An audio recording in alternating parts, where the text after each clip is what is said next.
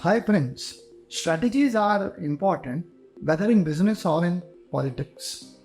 Now, politics to succeed, will need all kinds of innovations. Now, can innovative disruption be the answer? Neither business nor politics follow the traditional routes anymore. Now, is the topic interesting?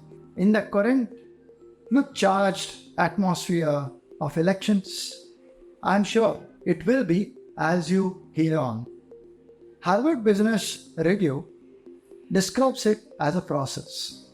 Now, whereby a smaller company, with fewer resources, is able to successfully challenge established incumbent businesses.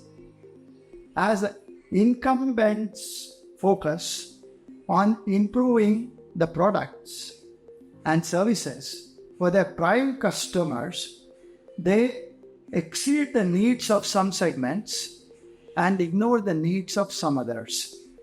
Now, on the other hand, a challenger begins by successfully targeting those overlooked segments, gaining a foothold in the process by delivering more suitable functionality frequently at a lower price.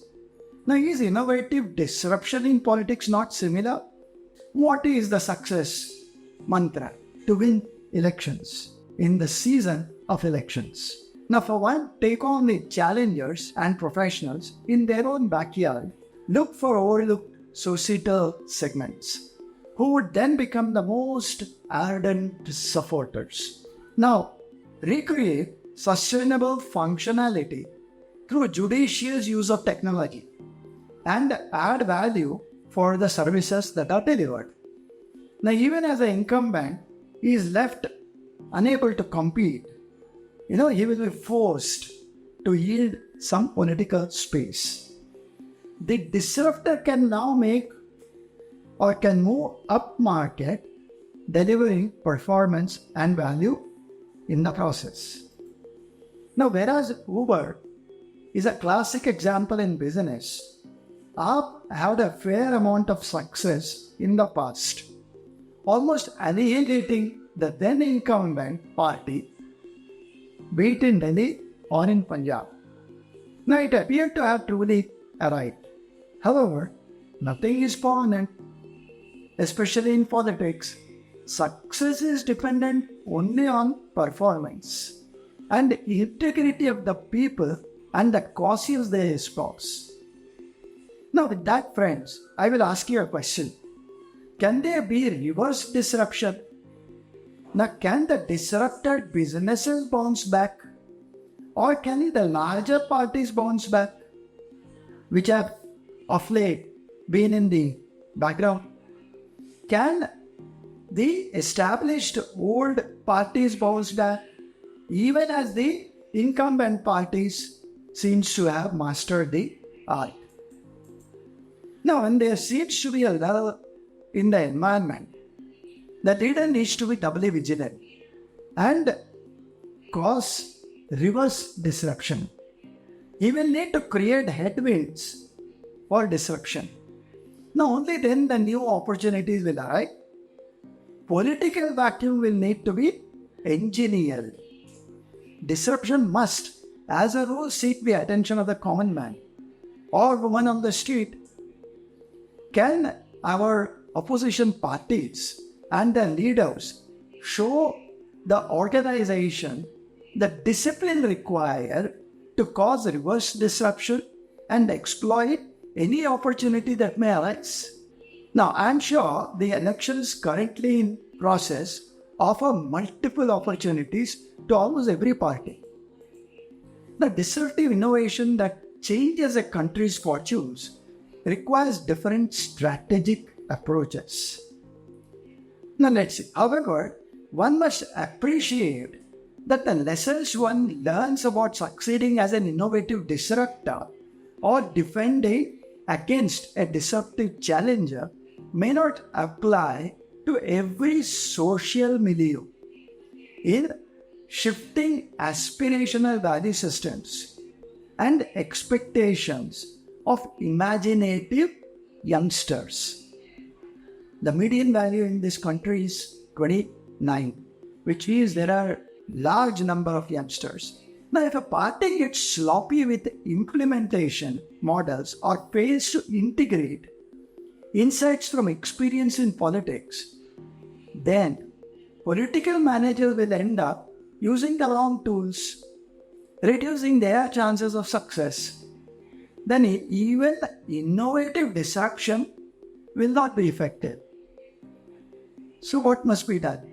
The disruption strategy masters must anticipate future trends to determine what could lift the party higher and then define a disruption platform to get them there.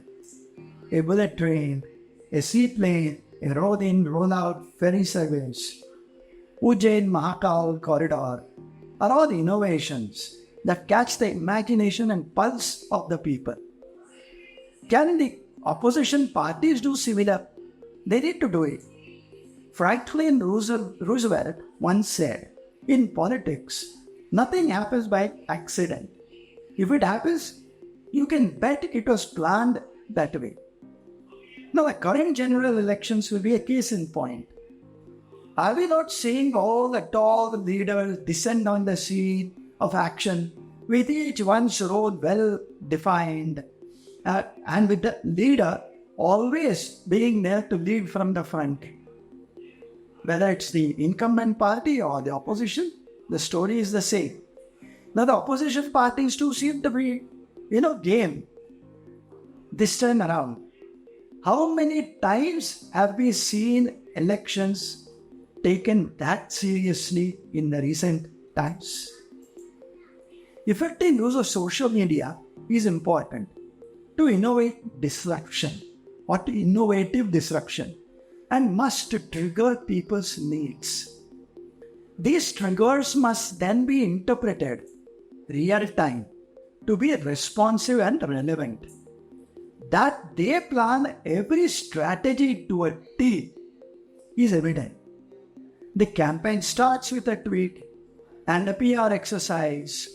Now the new thought process, big data analytics, people profiling, AI appropriate projection of data, and the people, you name it, all have been used. This is an age of empathy. Competition will never stand still. Backlash must be created every single day for innovative outcomes. Only when I provoke, there is a reaction. That reaction must be exploited. Backlash then must be contained as well with more innovation. Political astuteness and the will to take the bull by the horn are indeed supreme values in every election. Our parties must mean business. Their innovative disruption must seek a method even in the madness.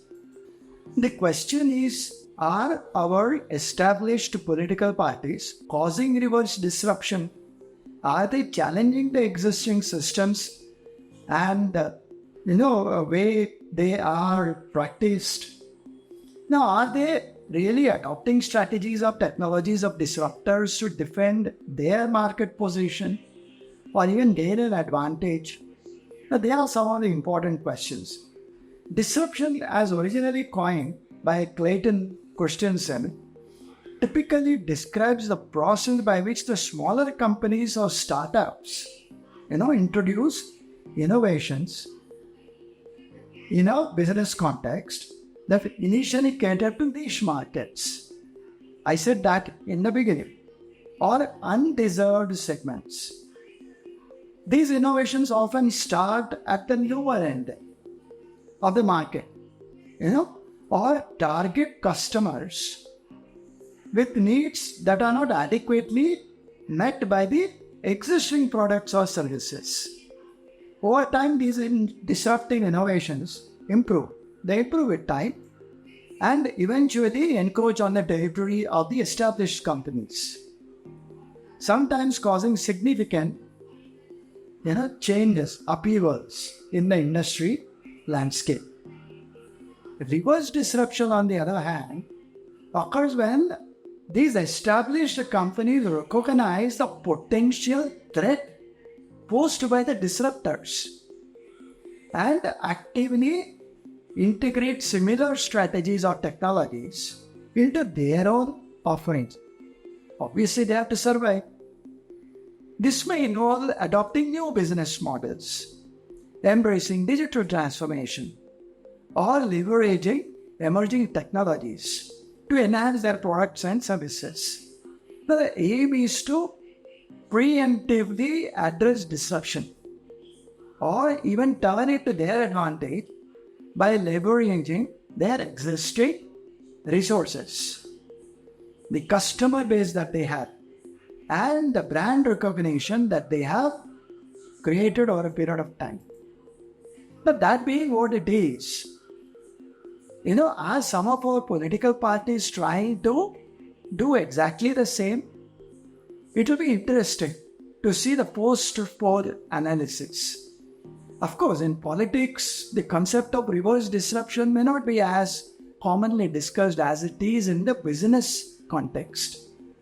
But there are instances where established political entities adopt strategies or tactics associated with insurgent or disruptive movements. How do they do it? Let's see. Established political parties sometimes adopt populist rhetoric or policies in response to the rise of populist movements. Populist parties often gain support by appealing to the grievances of the electorate and criticizing the political establishment. The opposition seems to be doing that. In response, mainstream parties, now what should they do? They should adopt similar messaging to regain support or neutralize the appeal of populist rivals. Or sometimes established political parties or candidates may incorporate grassroots organizing tactics, which are often associated with insurgent movements to energize their base to reach new supporters.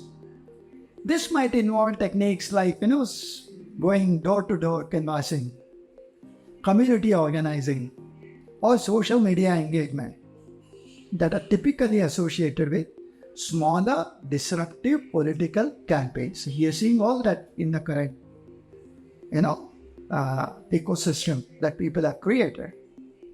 In recent years, there has been a shift towards digital, campaigning. There's a lot of that happening. And online activism as well, with newer political movements often leading the way.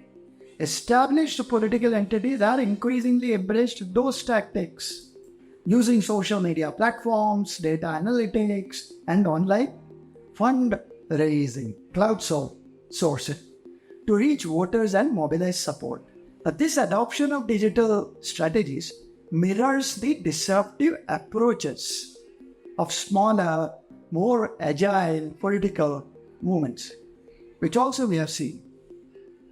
Sometimes when faced with the emergence of new political issues or challenges raised by smaller political movements, established players, what should they do? They may adopt their policy platforms to address these concerns and retain relevance. All good for democracy to survive.